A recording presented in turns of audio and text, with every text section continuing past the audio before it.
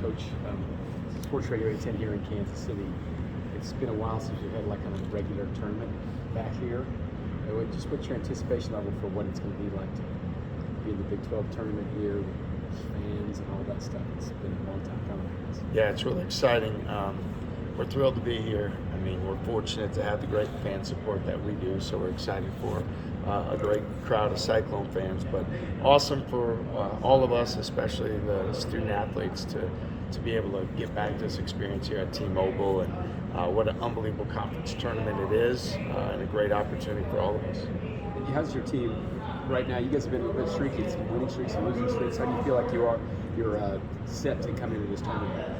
Yeah, I mean, our guys know who we are, what our identity is, what we need to do to be successful, and we need to have a grit and a toughness and competitive endurance to be that team. And so for us, whether it's whatever our opponents do is not really as much of a factor as we're trying to be the best version of who we can be, and our guys know the things we need to do that, and that's what we're going to set out to do.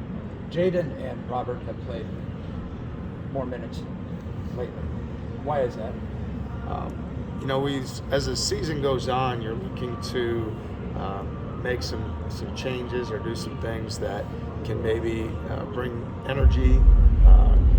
And so, first of all, in terms of Jaden, feeling like his length at 6'5", defensively can make an impact. He gives us another playmaker, and then can be a guy to get some loose balls and keep some plays alive.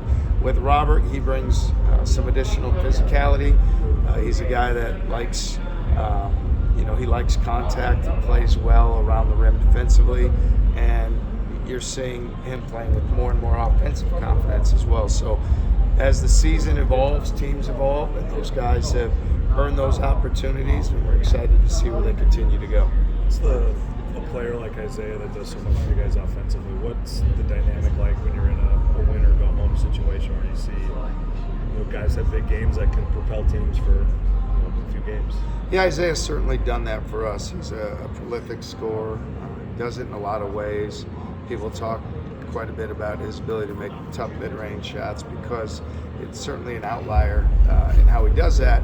But he has that ability to take over a game, to get in a rhythm, for sure. Now we're hopeful that other guys are stepping up and making shots around him, because we realize that specifically with Tech, they're going to have great focus on not letting him catch it, and then when he does, having their whole defense loaded up and geared up for him. So we're hoping to get him in a rhythm. We're also hopeful that other guys can step up. What have you seen from Texas Tech the last couple of weeks? It seems like they're playing even lower scoring games than maybe we've been accustomed to seeing. Yeah, I mean, part of it is their press on makes at times slows down the tempo of the games. Certainly their switch ability, and defensively, they kind of are always in front of you, right? They're always in your path when you cut. They're always in front of you when you're trying to move the basketball. So it just ends up being the pace of the game is slower. They've had games as well where they haven't scored it great, at times.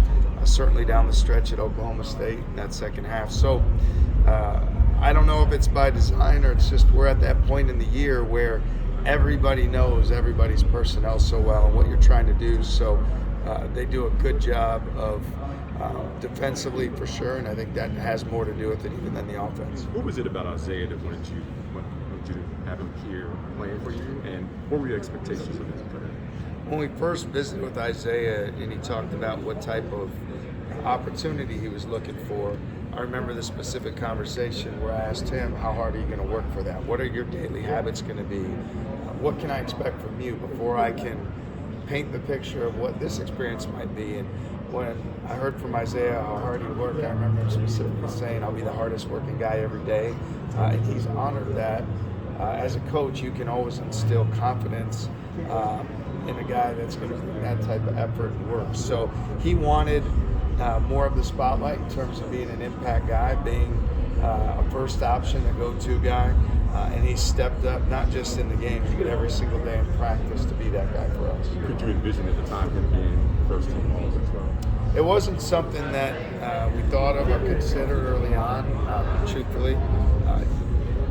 you see him work every single day, and then you start to raise the bar and the standards of what you think he can accomplish because what he does every single day. And I'm always a believer in you play to the level of your habits, and so when you see how strong his habits are over time, you understand what he can accomplish because of that work ethic. When you ask players how hard are you going to work, does that sometimes put them off kilter? It does, because I feel like everybody thinks they work hard. And when you, to me, I've been fortunate, especially at Iowa State, to have a lot of really talented, gifted players that their work ethic is unparalleled. The George Niangs, the Melvin Edgums, the Matt Thomases, the Monte Morrises, guys we had in the stretch, you saw how they worked every single day.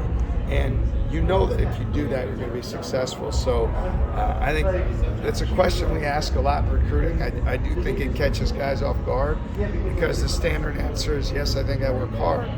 But then as a coach, you know when it looks different than just, working hard. You know when it's elite, unique, unparalleled, whatever words you want to use. And so Isaiah is certainly one of those guys, and we're going to continue to do that in recruiting to find those guys. Did you ever see any tape of his dad playing? Or do you see any similarities in the way this guy plays? So his dad, obviously at Coppin, watched some clips from the games when he played in the NCAA tournament. Dad was a stone cold bucket getter, just irrational confidence is something I'd say they both exhibit. But his dad innately seemed to always have it.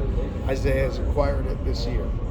How is Tyrese, in the league with so many experienced point guards, like all Division I basketball experienced point guards, showing you his work ethic, having to adjust at this level and play at the level he's played at? Well, the challenge for every freshman is that no matter how hard you work before you got to college, this is a lot more. It's more games, it's more work, it's more the body, the wear and tear. It's every single day you got to come back again and do it again. It's as much of a mental as a physical challenge. And for Tyrese, there's been times this year, where for him you can see him kind of digging deep and trying to find a little more, and that's a really special quality and talent. What we've also said about him over and over is he has a very short-term memory in a good way. When things don't go his way, he's able to flip the switch and get things going his way. So, when he's played well, we've played well. I don't think that's a big secret if you look at our wins in league play, that he's played well and then we have, which would make sense as a point guard, but especially as a freshman point guard, when he commands a game, we got a chance to be really good. All right.